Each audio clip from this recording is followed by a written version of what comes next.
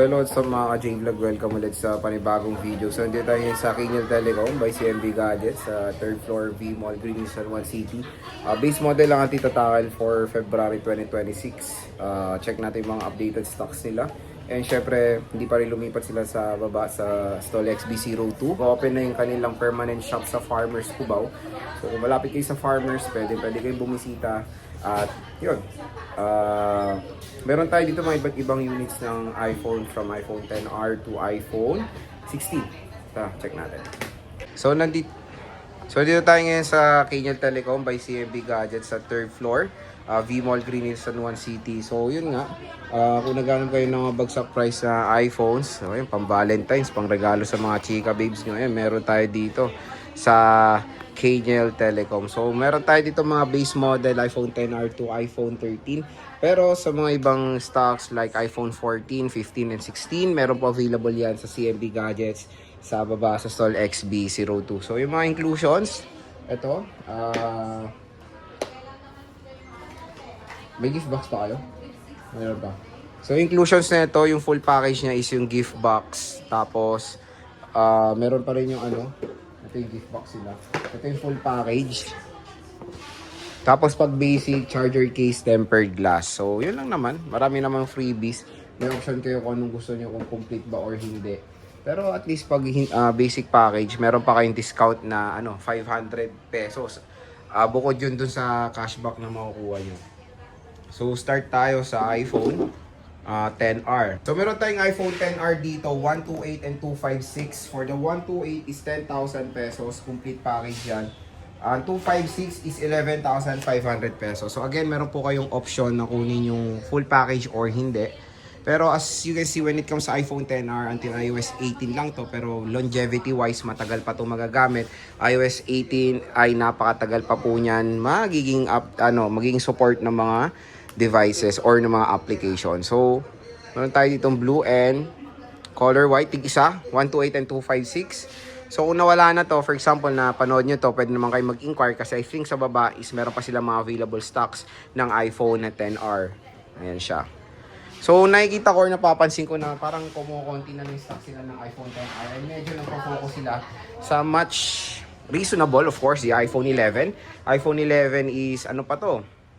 Siyempre, updated pa to sa iOS 26. Dual rear camera system na siya. So, meron siyang ultra-wide camera. Ito yung mga hinahanap din ng mga consumers natin, yung mga merong 0.5, di ba? So, iPhone 11, complete package is 13,000 pesos. 256 is 14,000 pesos. So, again, pag pinakasagad, basic package, 12,000 pwede nyo makuha ang iPhone 11. And pag may mga ganitong 100% battery health, meaning yan, napalitan na yung battery, and CMB Gadgets or Kinyel Telecom is very transparent about sa mga ganyang mga senaryo. At least, di ba, hindi nila sinasabi na hindi yan napalitan, 100 talaga yan. So, dito naman is sinasabi nila kung napalitan na yung battery or not, pero wala silang boosted. Mas okay na rin yung pinapalitan yung battery kasi compare, biruin mo 6 years na to. So, pag yung mga original battery na ito, usually nasa 70 plus or mga maliliit na 80 plus na, di ba? So, ano naman, pagdating talaga sa smartphone, ang battery po pinapalitan pag matagal kasi nade-degrade po yan. Okay? So, meron tayo ditong mint green and color yellow. Ayan.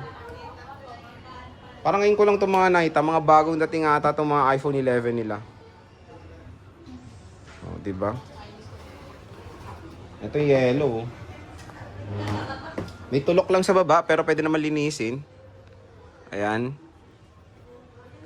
Color yellow. Ito yung 64 is 11. Seryoso to? 11.5 din. 11.5. So, 64GB is 11,500. Pag basic na pinakasagad, 10,500 pesos for the 64GB of internal storage na iPhone 11. Meron tayong iPhone 12. iPhone 12 nila, 64GB is very limited. 12,500 pesos for the 64GB. 128 is 14,500 pesos. Marami sila na iPhone 12 sa baba, nakita ko. Pero kunyari, napanood nyo dito sa Kinyel, naubos yung stock nila, pwede nyo naman i-request. 256 is 15,500 pesos. The first ever 5G smartphone ni Apple. Apple A14 Bionic chip. So 5G, smaller processor compared sa iPhone 11, meaning power efficient. Dual rear camera system with 12 megapixel main and 12 megapixel ultra wide camera. Ito rin ang first ever base model ng iPhone na merong OLED or Super Retina XDR OLED display. So meron din silang 256 kung nalilita kayo sa 128. Ayan, 15,500 pesos, okay? Meron tayo dito, ito.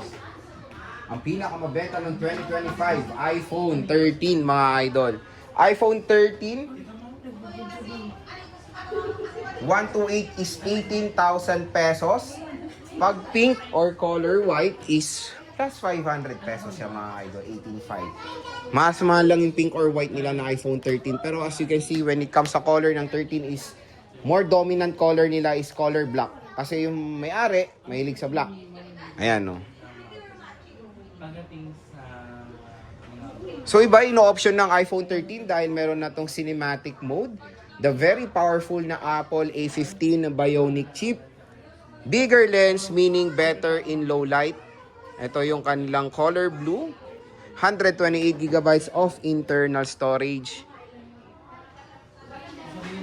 Ayan, usually mga battery health nasa 80 plus, very reasonable naman sa smartphone na magfa 5 years na po ngayong 2026.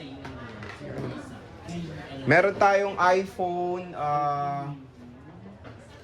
kung gusto nyo ng maliit mga idol, meron silang iPhone 13 mini.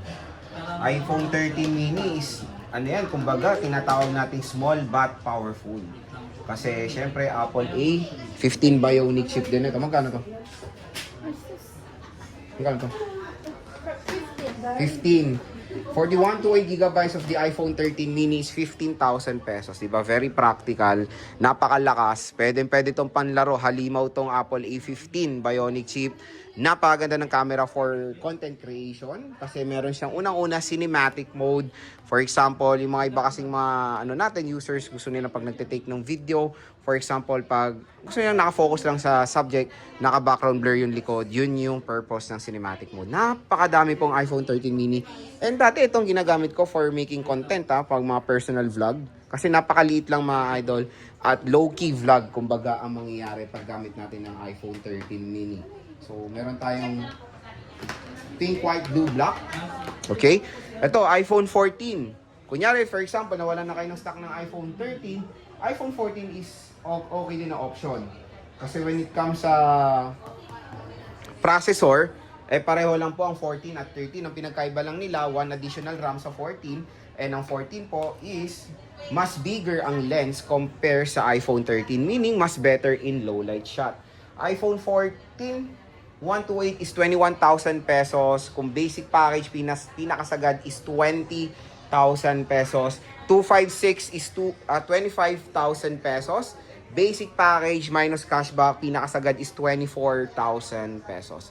So, yan. As you can see, when it comes sa color option ng iPhone 14 natin, meron tayong lavender, black, blue, and white. Wala lang yung yung sobrang tingkad na red and yung yellow. Favorite. Yung nawala, yung mga gandang color nun. Pero, when it comes sa mode of payment, cash, GCash, bank transfer, credit card ang available nila.